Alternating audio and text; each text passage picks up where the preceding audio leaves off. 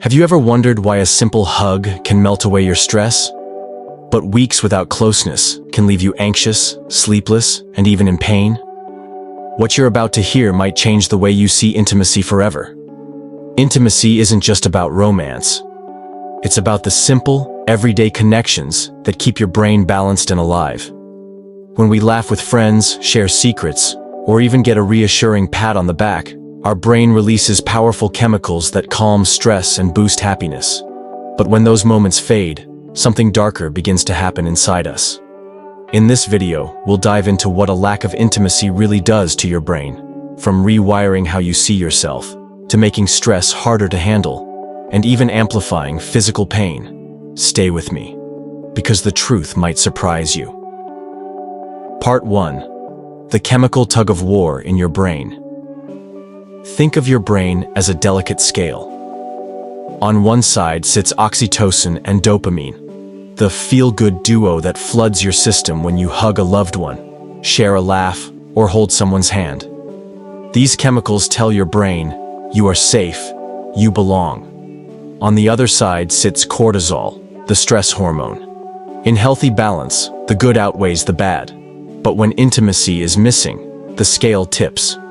Without those small but powerful moments of closeness, cortisol builds up like static electricity.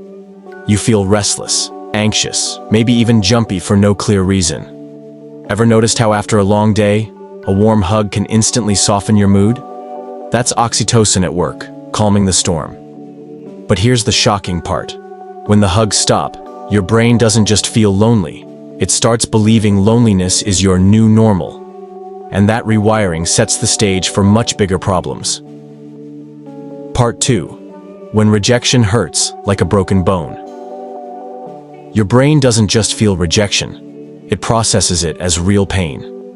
Studies show that when people are excluded or ignored, the anterior cingulate cortex, the same area that lights up when you burn your hand or stub your toe, becomes active. In other words, social pain is registered like physical injury. Think about the sting of being left out of a group chat or noticing your message was seen, but never answered. That ache in your chest? It's not your imagination. It's your brain signaling danger, urging you to protect yourself.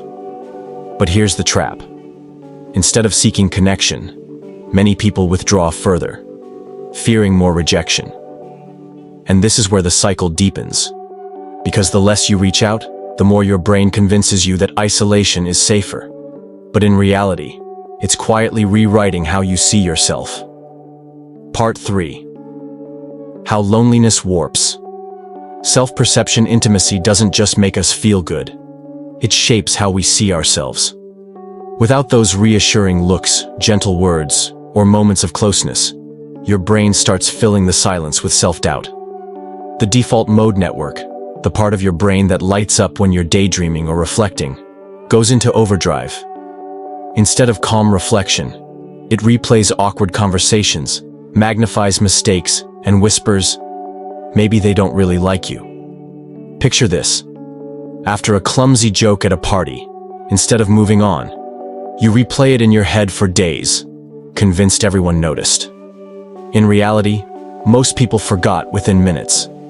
But without healthy intimacy to anchor your self-image, your brain becomes your harshest critic. And when self-doubt takes root, stress becomes even harder to manage. Because now your brain isn't just fighting the outside world, it's battling itself. And that silent war has real physical consequences. Part 4. Stress, shrinking memory, and emotional burnout. Stress is supposed to be temporary. Your brain turns it on when you face a challenge, then shuts it off when the danger passes. But without intimacy, that off switch weakens. The amygdala, your brain's alarm system, keeps firing, and cortisol keeps pouring into your system. Over time, this constant flood starts to shrink the hippocampus, the part of the brain that regulates memory and emotions. That's why people who feel chronically lonely often describe a foggy mind, racing thoughts, or a short fuse. Imagine finishing a breakup and realizing not only are you overwhelmed with sadness, but you also can't focus at work or recall simple details. That's your hippocampus under siege.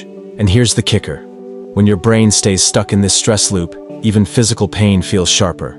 which means loneliness isn't just emotional. It hurts in your body too. Part 5. Why pain feels worse. Without intimacy, touch isn't just comforting, it's medicine. When you cuddle, hold hands, or share intimacy, your brain releases endorphins, the body's natural painkillers. They soothe discomfort, improve blood flow, and even ease conditions like migraines. In fact, studies found that some migraine sufferers experienced noticeable relief after physical intimacy. But without this regular release, your brain misses out on its natural buffer. Pain signals hit harder, aches linger longer, and even small discomforts feel magnified. Think of it like trying to endure a headache without water, light, or rest. It drags you down, leaving you more fragile than before. And the damage doesn't stop there.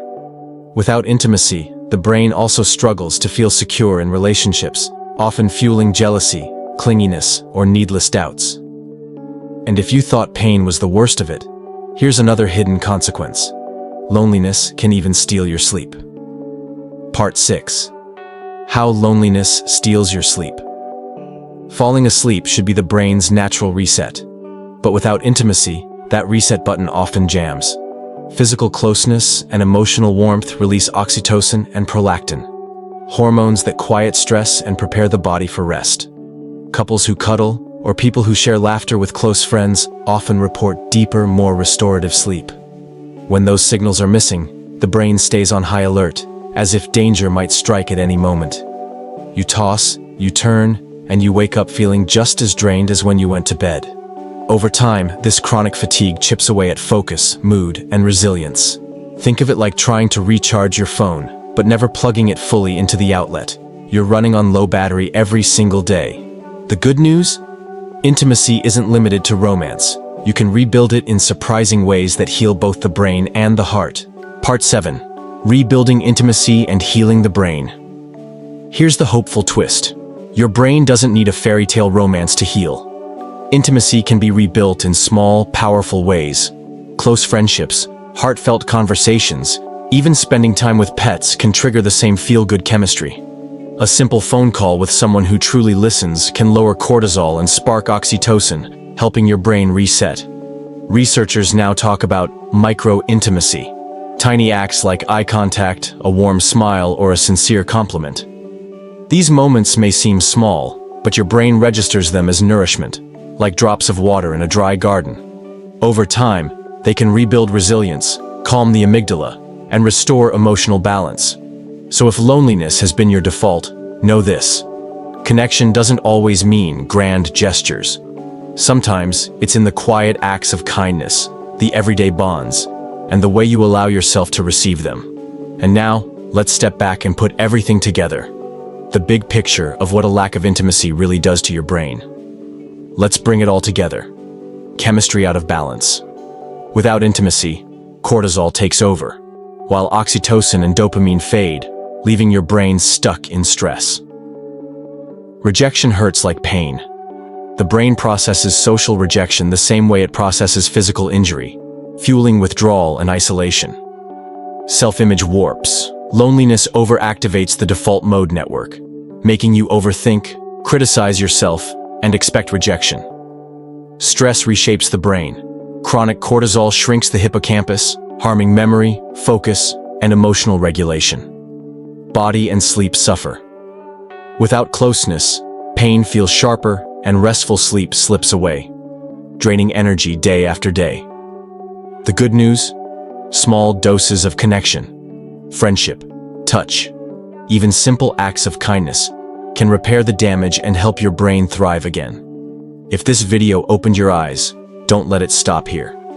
Hit that subscribe button and join us for more deep dives into how the brain and emotions shape our lives. Share this video with someone who might need a reminder that connection heals. Drop a comment.